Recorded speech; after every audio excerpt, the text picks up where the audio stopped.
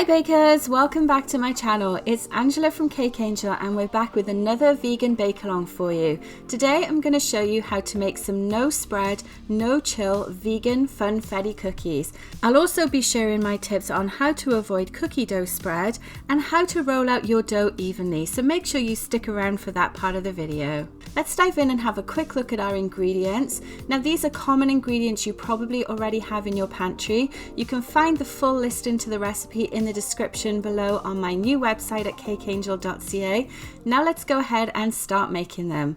So the first thing you want to do when you make these kind of cookies is cream together your butter and sugar. And as these are vegan, I'm using a plant-based butter here, and it's actually a block butter, which means that it isn't one of those ones that comes in a tub. It's one that looks like a regular block of butter, so they set a little bit firmer, which is part of the reason that this recipe doesn't spread. Now often when you look at tub butters, they can have actually a lot of water content in them, and you want to avoid that because that will actually contribute to the spread of your cookie dough.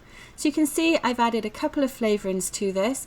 I've added some almond extract and also some vanilla bean paste, and that combination is going to give it that familiar birthday cake flavor that you would expect from a funfetti cookie. Now every so often you want to scrape down your bowl when you're doing this with your stand mixer, just to make sure that everything gets nice and incorporated, and when you eventually start to add your flour, you want to do that in stages so that you don't end up with a big puff of flour all over your counter. And I'm sure if you've baked things before, you've had that happen, so you know exactly what I'm talking about. And this recipe uses the 1-2-3 ratio for the main ingredients, which is also another reason why the dough doesn't spread. When your ratios are spot on, your ingredients are going to do exactly what they're meant to do and hold together perfectly. Next, I'm going to start adding my sprinkles to it, and these are vegan sprinkles, and you just want to add those into your mix and stir them into the dough. Now I'm using nonpareils here. You could just use rainbow sprinkles, whichever you prefer, and try and buy the ones that don't actually bleed when you put them into the mix. Some sprinkles have a tendency to lose their color as you beat them in, but these ones work perfectly. And we're going to give our dough one last mix. You know that it's almost ready when it actually starts to clean off the sides of the bowl by itself, as it's done here, and it forms that really big clump of dough on your attachment. I'm scraping down my attachment again, and that's just to make sure that we are going to combine everything, because sometimes you get a few sprinkles at the bottom of the bowl, but this looks perfect. You can see that nice pop of color. Let's talk about how to roll out our cookie dough. Now you can see I've got quite an interesting setup here. I've got some parchment paper on my counter. I have paint stirrers on either side of that parchment, and then I'm popping another piece of parchment on top of my cookie dough. So you're probably wondering, why do I do that? Why don't I use guide rings that you can buy for rolling pins?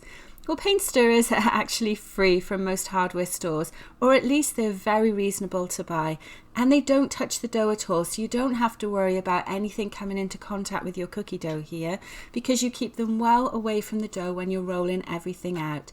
You'll also notice when I'm rolling and cutting my dough that I have an extra bowl that I use where I peel off those offcuts, because I don't want to roll those up until I'm done with the rest of the dough that's in the original mixing bowl.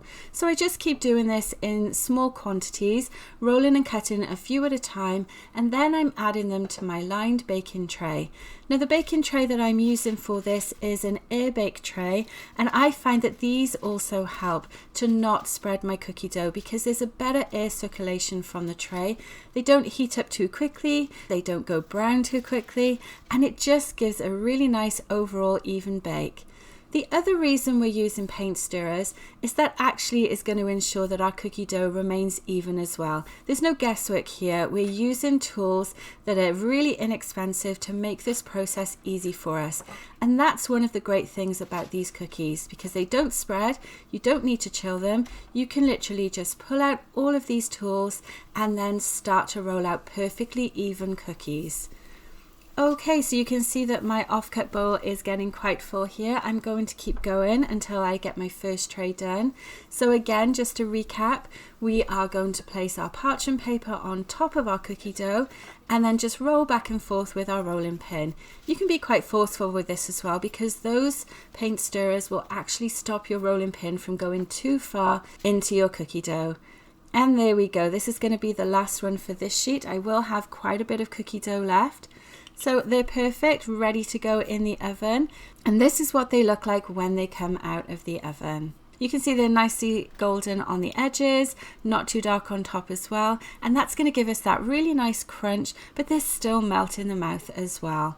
Let's have a close-up look of how well they have baked as well. You can see here there's absolutely no spread when you hold the cutter over it, and that's perfect, exactly the look that I was hoping for with these. And who doesn't love all that pop of colour from the sprinkles as well? So there we go. That's how easy it is to make vegan funfetti cookies. So again, check out the description of the video for the link to my recipe. Let me know in the comments what you think of this recipe and also if you're going to have a go at it. And I will look forward to seeing you next week for more vegan bake-alongs. Thanks for watching.